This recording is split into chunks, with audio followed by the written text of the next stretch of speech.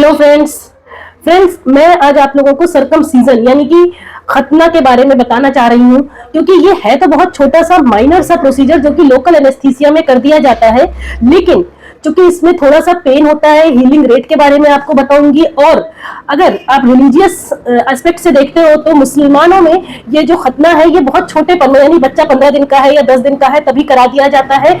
और बड़ों में ये अगर आपको कोई ऐसी परेशानी हो रही है जो कि मैं आपको बताऊंगी अभी कि क्या क्या इंडिकेशन है, तब जरूरत पड़ती है इसे कराने की, तो लोकल एनेस्थीसिया में इसे बहुत माइनर सा प्रोसीजर होता है उसको करने का। इसमें होता क्या है आपका सरकमसीजन में दोस्तों, जो आपकी पिनाइल रीजन है उसमें जो है यानी कि उसके ऊपर आपकी फोर स्किन ज्यादा ग्रो कर जाती है। तो पिनाइल ग्लैंड्स पेनिस के ऊपर जब फोर स्किन एक्सेसिव ग्रोथ हो जा रही है उसकी, तो इसको करना पड़ जाता है। और जो इंडिकेशन है आपका सरकमसीजन का वो है फाइमोसिस, पैराफाइमोसिस, बेलेनोपोस्थेसिस, या तो फिर आपका फंगल इन्फेक्शन है, या कई बार क्या होता है कि आपका जो डायबिटिक पेशेंट है लीडिंग टू बेलेनोपोस्थाइटिस, या आपका रिलीजियस पार्ट है। ये सारी चीजों में आपको इंडिकेशन होता है कि कब आपको सरकमसीजन कराना चाहिए। अच्छे दोस्तों, मेरा चैनल डॉक्टर शैला रोग व उपचार, अगर आपने इसको अभी सब्सक्राइब नहीं किया है तो जल्द से जल्द सब्सक्राइब कर दीजिए, क्योंकि मैं आपके लिए इसी तरह की वीडियोस बनाती रहूंगी। और अगर आपको मेरी वीडियो पसंद आए तो लाइक और शेयर करिए, चैनल को सब्सक्राइब जरूर से करिए। दोस्तों, अब मैं आपको इसका एडवांटेज बताती हूँ, इसको कराने के फायदा क्या होते हैं। सबसे पहले जो अर्ली स्टेजेस में इसका फायदा है वो है पेनाइल कैंसर से बचते हो आप। दूसरा जो फायदा है लेटर स्टेज में, कई बार पेशेंट को फंगल इन्फेक्शन हो जाता है पेनाइल रीजन का, उससे आप बचते हो। सेक्सुअली ट्रांसमिटेड डिजीजेस से आप बचते हो। और साथ ही साथ अगर आप पर्सनल हाइजीन मेंटेन रखना चाहते हो, आपको किसी तरह का इन्फेक्शन नहीं लगे और आपको किसी भी तरह की कोई इरिटेशन वगैरह नहीं हो, या आपका इरेक्शन वगैरह कोई अच्छा रहे, तो उसके लिए भी ये कराना पड़ जाता है कई मरीजों को।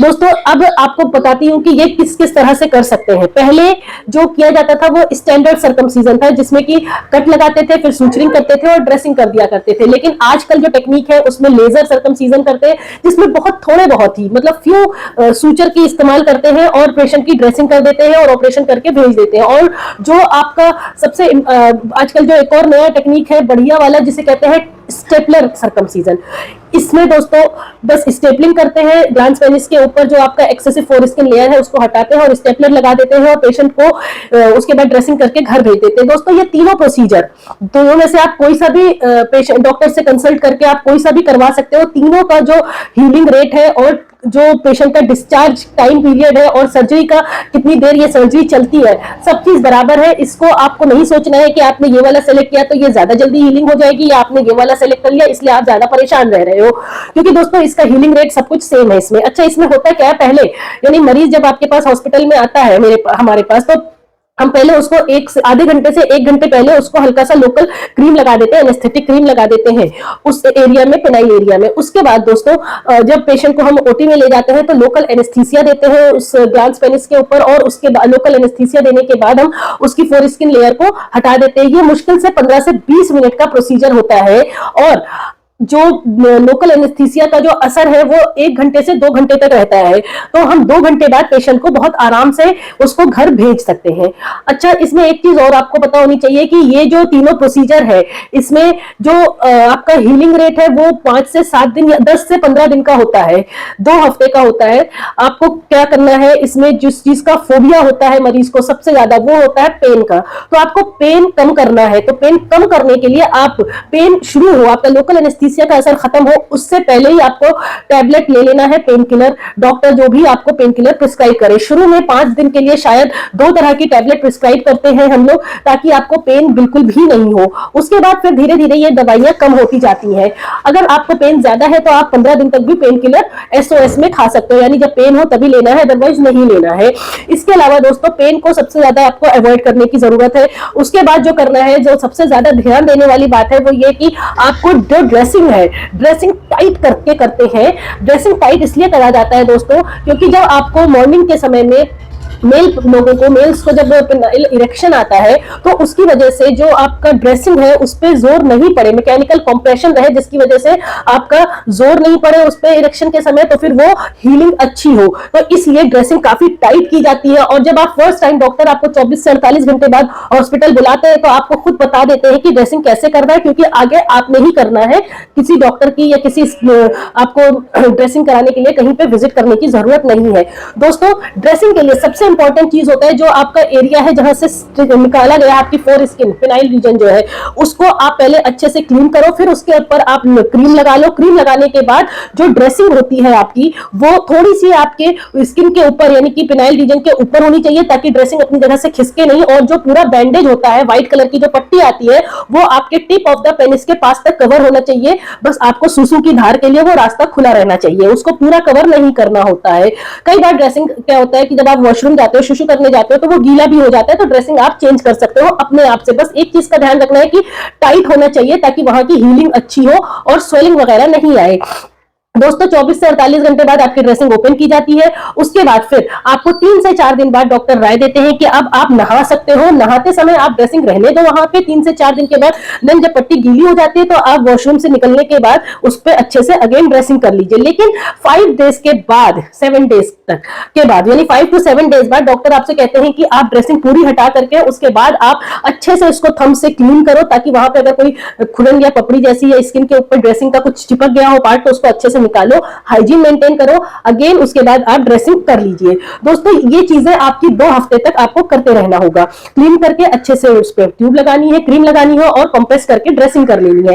इसके बाद 2 हफ्ते के बाद जो कुछ पेशेंट्स का सबसे इंपॉर्टेंट सवाल आता है वो ये कि आप कब सेक्सुअली एक्टिव हो सकते हो। तो दोस्तों सेक्सुअली एक्टिव होने के लिए आपको कम से कम नहीं तो 6 हफ्ते का टाइम पीरियड चाहिए ताकि आपको वहां की जो स्टिचेस है उसमें किसी तरह का एक्साइटमेंट की वजह से किसी तरह की ब्लड वगैरह या तो फिर वो जख्म खुल नहीं जाए या जो स्टिचिंग है वो हट नहीं जाए अपनी जगह से, सूचर वगैरह। 2 हफ्ते के बाद दोस्तों, 6 हफ्ते बाद तो आप सेक्सुअली एक्टिव हो सकते हो। 2 हफ्ते से 3 हफ्ते के बाद अगर आप सेल्फ स्टिमुलेशन या तो फिर मास्टरबेशन करना चाहते हो तो वो आप कर सकते हो। इसके अलावा दोस्तों जो ड्रेसिंग की जो स्टिचेस है, चाहे आपने स्टैंडर्ड सर्कमसीजन कराया हो, चाहे लेजर कराया हो, चाहे आपने स्टेपलर कराया हो, तीनों में से जो सी भी आपने चूज किया हो उसकी जो थ्रेड है यानी कि स्टिचेस है वो 3 हफ्ते के बाद, 2 से 3 हफ्ते बाद वो अपने आप निकलना शुरू हो जाते हैं।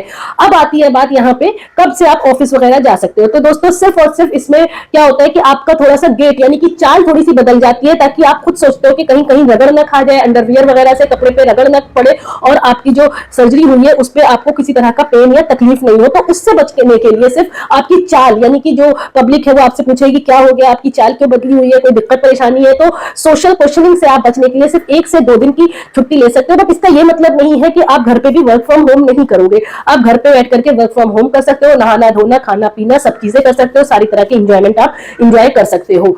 उसके अलावा दोस्तों 3 हफ्ते के बाद मतलब आपको अगर ऑफिस जाना है अगेन आप 72 आवर्स के बाद यानी कि सर्जरी के 48 से 72 घंटे बाद आप अपना जॉब रिज्वाइन कर सकते हो।